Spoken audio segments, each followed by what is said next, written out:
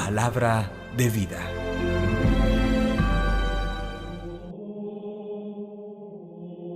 De la primera carta del apóstol San Pablo a los Corintios, capítulo 2, versículos 1 al 5. Yo, hermanos, cuando vine a ustedes a anunciarles el misterio de Dios, no lo hice con sublime elocuencia o sabiduría, pues nunca entre ustedes me precié de saber cosa alguna, sino a Jesucristo y este crucificado. Me presenté a ustedes débil y temblando de miedo.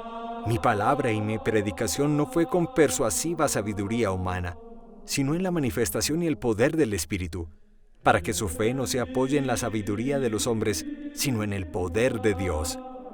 Palabra de Dios. Te alabamos, Señor. Salmo 119. Cuánto amo tu voluntad, Señor. Cuánto amo tu voluntad. Todo el día la estoy meditando. Cuánto amo tu voluntad, Señor. Tu mandato me hace más sabio que mis enemigos. Siempre me acompaña. Cuánto amo tu voluntad, Señor. Soy más docto que todos mis maestros, porque medito tus preceptos. Cuánto amo tu voluntad, Señor. Soy más sagaz que los ancianos, porque cumplo tus mandatos. Cuánto amo tu voluntad, Señor. Aparto mi pie de toda senda mala, para guardar tu palabra. Cuánto amo tu voluntad, Señor. No me aparto de tus mandamientos, porque tú me has instruido. Cuánto amo tu voluntad, Señor. Del Santo Evangelio según San Lucas, capítulo 4, versículos 16 al 30. En aquel tiempo fue Jesús a Nazaret, donde se había criado. Entró en la sinagoga, como era su costumbre los sábados, y se puso en pie para hacer la lectura. Le entregaron el rollo del profeta Isaías, y desenrollándolo, encontró el pasaje donde estaba escrito: El Espíritu del Señor está sobre mí, porque Él me ha ungido. Me ha enviado a evangelizar a los pobres, a proclamar a los cautivos la libertad y a los ciegos la vista, a poner en libertad a los oprimidos, a proclamar el año de gracia del Señor. Y enrollando el rollo y devolviéndolo al que le ayudaba, se sentó. Toda la sinagoga tenía los ojos clavados en él, y él se puso a decirles: Hoy se ha cumplido esta escritura que acaban de oír. Y todos le expresaban su aprobación y se admiraban de las palabras de gracia que salían de sus labios y decían: ¿No es este el hijo de José? Y Jesús les dijo: Sin duda, me dirán aquel refrán: Médico, cúrate a ti mismo. Haz también aquí en tu pueblo lo que hemos oído que has hecho en Cafarnaún. Y añadió: En verdad les digo, que ningún profeta es aceptado en su pueblo.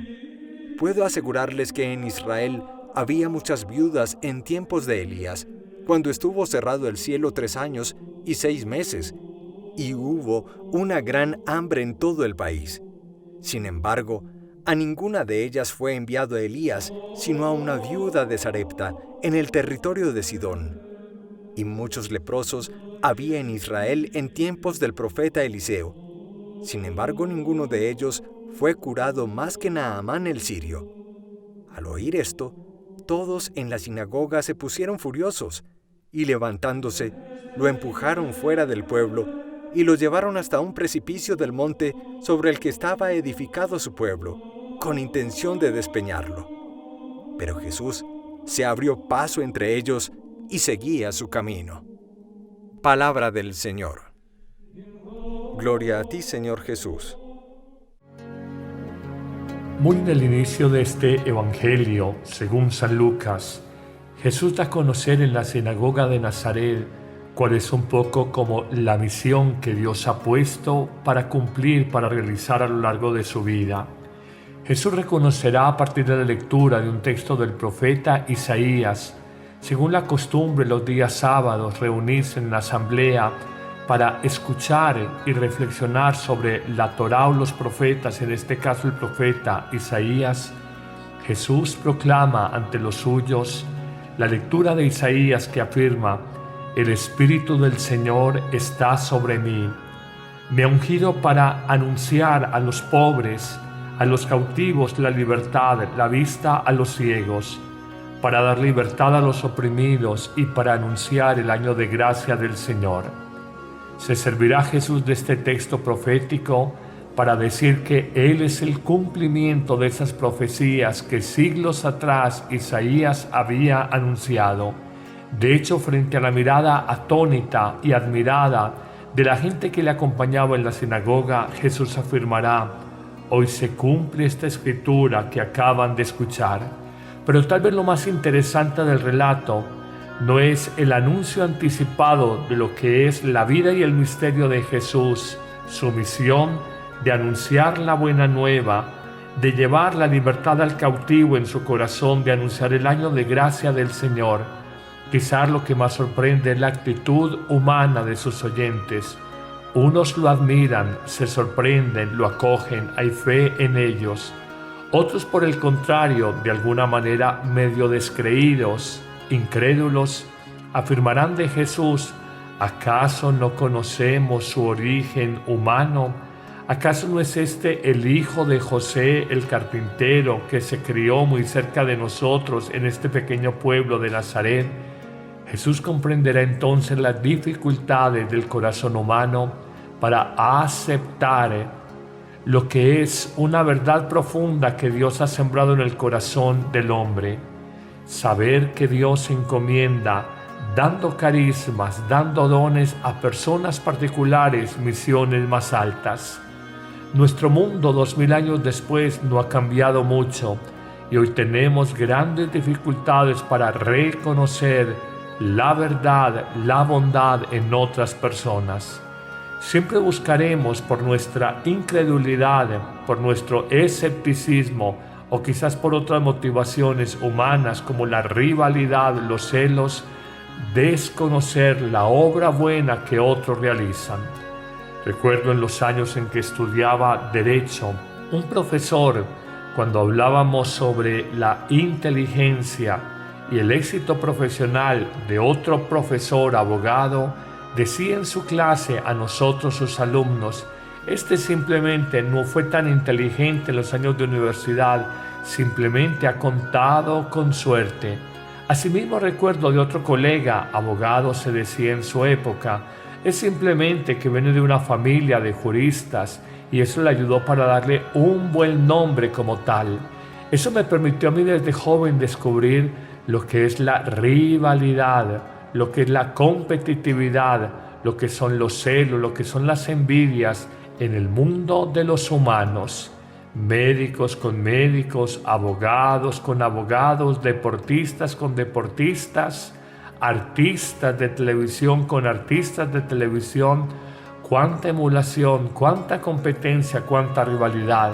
Con Jesús no fueron propiamente los paganos, los no creyentes, fueron sus paisanos, los judíos, so pretexto de que conocían su origen humano, que era de Nazaret y de la familia de José el carpintero, no daban crédito, es más, pedían más obras, más milagros, más signos, como los que había hecho en Cafarnaún y que ahora lo repitiera en Nazaret. Jesús les dirá, quizás mortificándolos, pero señalando lo que es el centro de la verdad de Dios, que el Señor viene a todos y no solamente a aquellos que se sienten privilegiados, y colocará dos eventos, tanto en tiempos del profeta Elías, cuando hubo una gran hambruna, no fue a las mujeres viudas de Israel, sino que fue una mujer viuda de Sidón, territorio pagano, y también recordará en la época del profeta Eliseo, cuando se dio la peste y la enfermedad muy conocida en el mundo del Antiguo Testamento de la lepra, Jesús, más que sanar a los leprosos judíos, o Dios, más que sanar a los leprosos judíos, pensó en sanar a Naamán, un hombre de Siria, un país pagano. Esto enfureció a los judíos y nos dice el evangelista Lucas que intentaron sacarlo del pueblo de Nazaret con el fin de despeñarlo, pero Jesús con vigor se defendió y se abrió paso entre la multitud. La gran enseñanza que nos deja este Evangelio, más allá de la conocidísima máxima «nadie es profeta en su tierra», es la dificultad que enfrenta todo hombre, toda mujer cuando quiere hacer el bien, como de alguna manera experimenta obstáculos y contradicciones. Hoy te invito, amigo, amiga, si en tu empresa, si en tu familia, en el grupo de tus hermanos, si en el grupo social entre tus amigos, te ven el de menos, te sienten el de menos, recuerda que importas es ante Dios, no ante los hombres. Y recuerda que si Dios te ha dado un carisma, una cualidad, probablemente experimentarás la emulación, la rivalidad de tus pares. Médicos con médicos, ingenieros con ingenieros, abogados con abogados, y así en todos los gremios.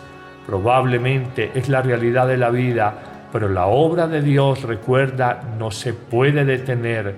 La obra de hacer el bien no puede parar. El Espíritu de Dios está sobre estas personas especiales y ellas con ánimo, con empeño, a la manera de los santos, tienen que seguir en su proyecto porque Dios desde siempre lo ha puesto en su corazón. Que el Señor te bendiga abundantemente en este día, en el nombre del Padre, y del Hijo, y del Espíritu Santo.